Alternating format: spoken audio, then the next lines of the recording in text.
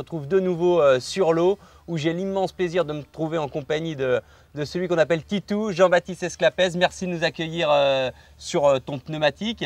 Alors là aujourd'hui on va plonger, du moins toi tu vas plonger, mais aussi on va pêcher sans canne mais avec une technique que tu appelles la moule emboîtée. Voilà, on y va tout de suite si tu veux.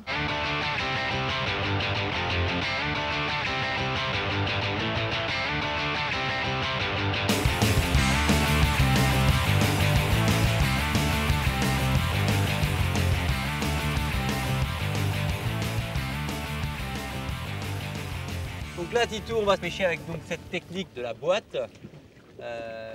Cette technique traditionnelle, ça vient d'où ça? Ça vient de Marseille. À Marseille, il y a une quantité très importante de pêcheurs qui arrivent à en vivre de cette pêche. Ils pêchent la dorade, ils pêchent le sard. Alors il faut sortir la moule, la décortiquer, la mettre comme ceci. Ensuite, on accroche son hameçon. On ne la décortique pas complètement. Et tu laisses la coquille avec? On laisse la coquille avec. On y met un élastique, évidemment sans prendre l'hameçon dans l'élastique. Par-dessus, on va glisser les cailloux qu'on allait chercher, les galets qu'on allait chercher tout à l'heure. Les cailloux que nous avons ramassés. Et ceci va descendre au fond et se présenter de cette façon au fond. Ce qui fait que lorsque le poisson va mordre, d'un coup, ça va désolidariser l'amorce de la pierre. On va sentir du mou, on va tendre un peu, le poisson va se jeter dessus. Voilà, on va essayer d'y aller. Là, tu laisses partir au fond. On laisse partir au fond. Et on attend. Et on attend que ça arrive au fond. Et tu laisses juste au fond. C'est pas plus compliqué que ça. Voilà, on laisse partir la pierre au fond. Il faut surtout faire attention au fil. Ouais. Non, il ne faut pas toucher. Il faut attendre que ça touche le fond, tout simplement. Qu'est-ce qu'on peut attraper comme poisson? Ah ben là, on pêche des sards, on pêche des vieilles, on pêche des dorades. On pêche absolument tous les poissons. Voilà. Lorsque ça a touché, surtout, il ne faut pas, avec la houle, il ne faut pas tirer dessus. Il faut le maintenir juste comme ça, de façon à ne pas se désolidariser de la pierre. Voilà. Alors de temps en temps, si on veut, on tire. Donc on désolidarise le truc et on attend. Ce qui fait que l'amorce va se balader entre deux eaux. Si jamais il y a des dorades... Donc là, tu as lâché le caillou là. J'ai lâché le caillou. Mais bon, c'est pour ça qu'on en a ramassé tout un seau. Oui, voilà. Alors on va contrôler mon amorce. Et alors avec ça, on peut pêcher très fin parce qu'on travaille bien le poisson lorsqu'il y est. J'ai attrapé plusieurs fois des barres en remontant la moule comme ça qui était désolidarisée. Voilà. Ah d'accord. Comme ça. Voilà. L'élastique et la pierre sont restés au fond. On va remettre une deuxième moule avec un deuxième élastique. Comment ça t'est venu cette passion pour la mer? Je vais t'expliquer. C'est tout simple. Un jour, alors que j'avais 4 ans ou 5 ans, je me baladais avec ma tante et il s'est mis à pleuvoir. Et ma tante m'a raconté une connerie énorme. Elle m'a dit, tu vois, quand il pleut, comme l'eau qui est au ciel, c'est de l'eau d'évaporation qui vient de très loin. Quelquefois, il a pu monter des poissons ou des animaux qui vivent dans l'eau et ils retombent avec la pluie. Oh, moi, je suis resté ébahi à 4 ans, tu parles. Et à partir de cette époque-là, chaque fois que je voyais de l'eau, même de l'eau de pluie, j'ai cherché la vie dedans. Et je l'ai trouvée, parce que partout où il y a de l'eau, il y a de la vie. Et c'est ce qui fait que j'ai toujours eu cette quête de la vie dans l'eau. Je me souviens quand j'étais tout gamin, avec mon premier masque, j'avais 7 ans, je ne savais pas nager évidemment. Dans les trous d'eau, je me mettais là, je restais des heures. Je me prenais des coups de soleil, pas possible. Ma mère m'engueulait tout le temps, mais parce que j'observais. Et suite à ça, tu es devenu champion du monde. Voilà. Parce que c'est pas rien, tu es le seul Français à être champion du monde, à être devenu champion du monde. Personne t'a... Qui est-ce qui domine justement ce genre de compétition aujourd'hui? Actuellement, ce sont les Italiens et les Espagnols, les Espagnols qui sont les plus forts.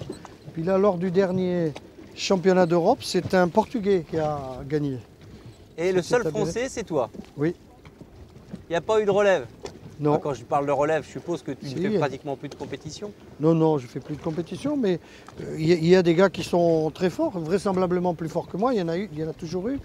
Mais bon, peut-être qu'il leur a manqué je ne sais pas, la petite pointe de connaissance que j'avais, le sens de l'observation, parce que pour devenir champion dans ces métiers-là, dans ces sports, il faut pas être imbécile, je crois. Il n'y a pas que la puissance, il ne faut pas être capable d'aller à 39 mètres, il faut s'arrêter avant, regarder, il ne faut pas aller systématiquement profond, il faut prendre le poisson là où il est, quoi.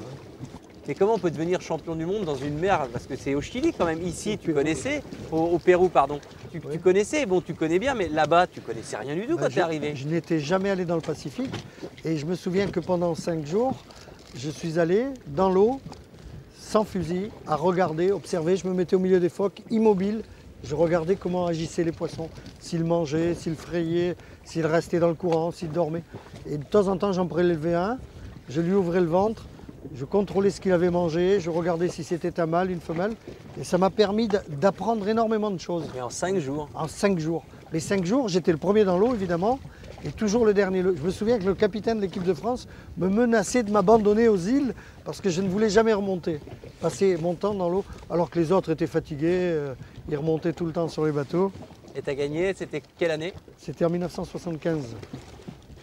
J'avais pris plus de 200 poissons en 2 fois 5 heures. Ah là là. Et que des beaux poissons, en plus des poissons sélectionnés, etc. C'était fabuleux. Ah, faut quand même gérer parce que faut pas laisser trop de mou. Ferré, tu l'as? Oui, mais c'est pas gros. Ah, c'est au bout. Regarde, Ah, ça quand monte. même. Ça me prend du fil. Ah, tu Par ferres quand contre- même, hein? Ah, tu fermes, mais doucement. Ah oui, c'est pas vilain. Et à la touche, je sais pas ce que c'est, une vieille peut-être. Une petite vieille. Aïe, aïe, aïe.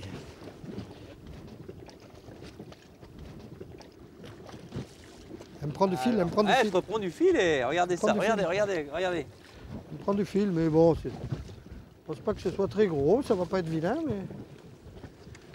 Eh ben Le voilà, dénouement dans le quelques carpaccio- secondes. Le carpaccio de ce soir est en train d'arriver. Si je suis capable de le maîtriser jusqu'au bout. Allez. Ça arrive que ça casse? Oui. T'as quand même pas toutes les. Eh oui, t'as pas ce que l'élasticité de de- la canne, quoi. Ah, mais avec les doigts. Hein. Hop là là, regardez ça. Elle est pas vieille. Voilà, c'est le carpaccio de ce soir. Ça, tu les gardes? C'est bon à manger? Ah ben oui, oui, oui, ça c'est. On n'a pas pris de poisson hier, on n'a pas pris de poisson aujourd'hui, alors. Elle est Voilà. belle, hein. Hop là. Ça y est, elle a cassé. Eh ben, elle est pas dans le bateau. Alors Elle là, a le coupé le fil. carpaccio, Voilà, le le carpaccio carpaccio, il est raté. C'est pas grave. Elle a cassé l'hameçon? Oui, oui. Ah, regardez ça, parce que ça a des dents assez Ça a des puissantes. dents, regarde ça. On a vendu la peau de l'ours avant de Avant de l'avoir l'avoir mangé. mangé. Ça fait rien, on va remettre un